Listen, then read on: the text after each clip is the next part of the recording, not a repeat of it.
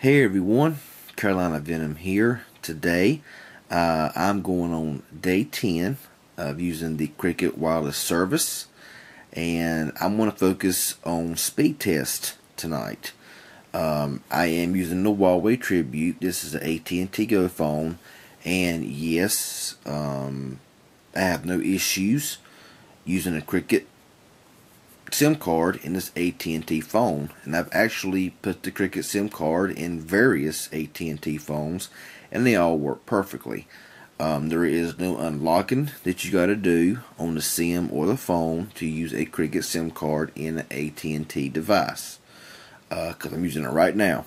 I've been using it for 10 days. And I also do get LTE service, which I will show you here. I'm at my house tonight, and it is morning, and as you see here, 4G LTE, and I am in Cricket service. So we're going to go ahead, run a speed test, and we will see what speeds we are running.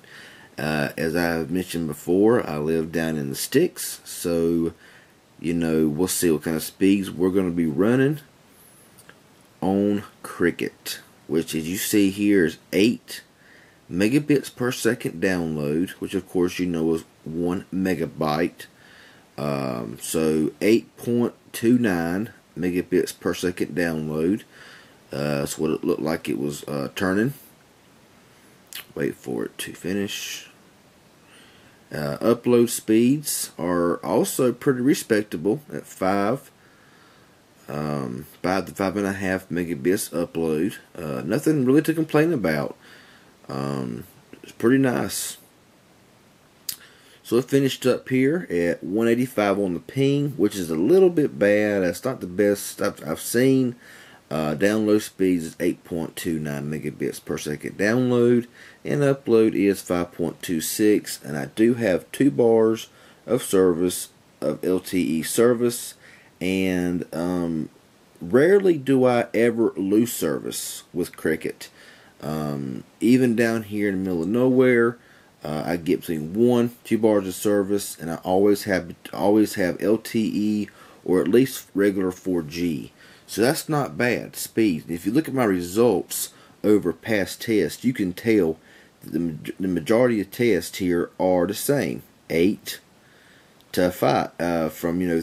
Well, this here's a little bit low on the upload speed, but it's between 3 and 5 megabits. Now, one thing I want to explain about Cricket, and I don't like it, but it's not all that bad, and that is the fact that if you had this phone activated on AT&T on their Go phone service, in LTE,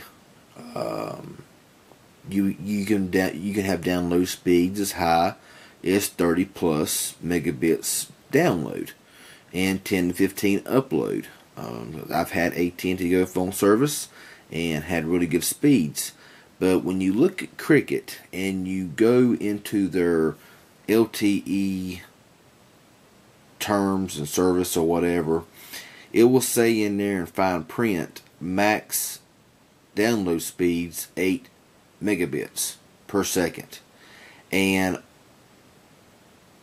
only 4 megabits download in regular 4G. So that's the only issue that I have found with Cricket, and I knew it when I got the service, because it really don't matter to me. 8 megabits per second download, that's not a good LTE speed. That's a decent 4G speed, but to me a decent LTE speed is at least 12 to 15 megabits and above. But I get between 8 and 8.5 on average. It will boost to 11 or 12, but go right back down to 8, 8.5. So, whenever I'm not really understanding why, even though AT&T took over Cricket, I'm not sure why AT&T or whoever is throttling is, not letting Cricket customers have full potential of their LTE network. So, because honestly, why limit it to 8 megabits? Which 8 megabits equals 1 megabyte. So, you know, but 8 megabits ain't too bad.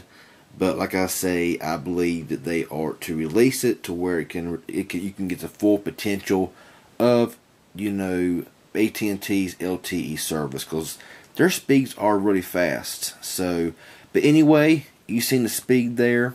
Like I said, I'm going on day 10 with the service, and so far no complaints with Cricket Wireless, other than the fact that they limit your LTE speeds to only 8 megabits download. So anyway, I'm gonna get out of here. Stay tuned for more videos to come. Any questions or comments, feel free to ask me. Subscribe to my channel. I sure would appreciate it. Y'all have a good one. Talk to y'all later.